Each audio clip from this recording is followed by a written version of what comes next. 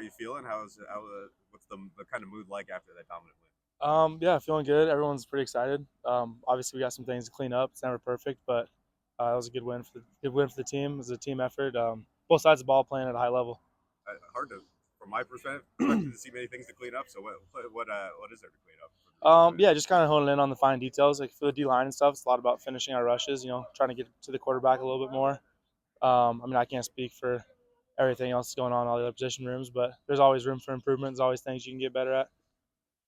You guys, have, you guys have a name now, the Cold Front. How did Yep. that come about? Who thought of it?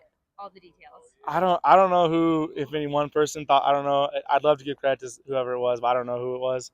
But yeah, I mean, Brandon, the guy who kind of runs the Bobcat Collective, had texted us, said that maybe some people wanted to get some D line merch. So we had to come up with a name, and that's what we settled on, and hope everybody likes it. How do you think it applies to your room? Yeah, I mean, we just thought, well, Montana's gets cold here, and then obviously there's like the cold, like all those guys are cold, like they're tough, however you want to word that. But just going about your business, showing up every day with the mentality that we're going to get after it and try to dominate. You've been playing next to Paul for a while now. I guess if you can think back to when you first met him, what was your first impression of him? Paul's one of my best friends. He's one of the coolest, funniest guys I've ever met. Always putting a smile on my face, always putting a smile on everybody's face in the room. And then obviously, you see how he plays in the football field. He comes out here every day, goes about his business, he handles his work. There's a reason we voted him to wear number 41. So just to see his growth as not only a football player but as a person since I've been here has been amazing. He seems like he's just one of the most passionate guys on that field every single Saturday. I guess how would you describe his passion and just love for this program? Yeah, I mean, I think, like I said, I think you're in the stands and you can see it from a distance. So being up close and personal to it's a whole different level.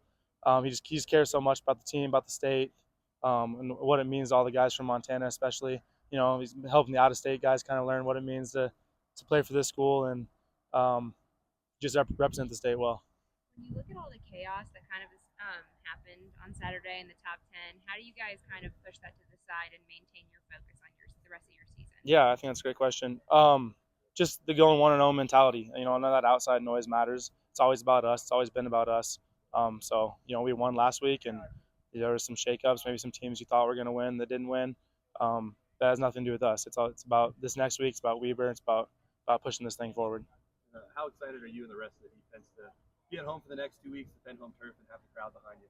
Oh yeah, it's great to be back in Bobcat Stadium. We got the best fans in the world. Playing in front of these guys it doesn't get any better than that. So we're excited. We got a good opponent this week, and then obviously senior night, UC Davis coming up after that. But just focusing on this week right now. Watching Talon do what he did, were you surprised he was able to do that, and what was the vibe like after? I don't know if I'd say I'm surprised. At the time I was kind of in shock. I was like, no way, he's still going, and then obviously there's a touchdown. That was my favorite play of the year. One of the coolest plays I've ever seen.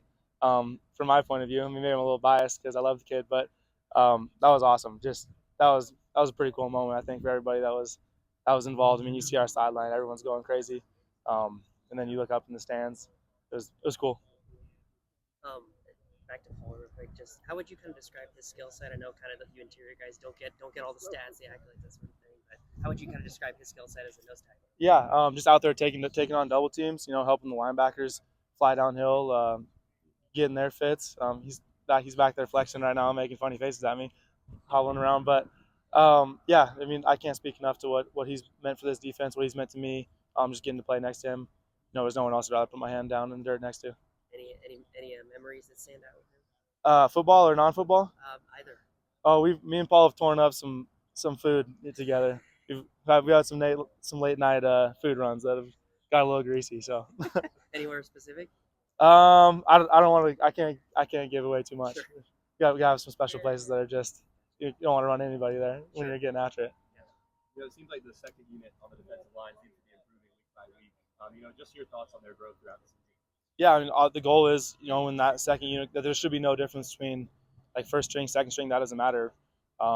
It's the D line, and whoever goes in is going to uphold the standard and play well. And I think that's how it's been. I don't think you shouldn't be able to notice the difference between the ones and twos. For us, that's our mindset, and I don't think you can. And I think it's been a great thing. You mentioned senior night.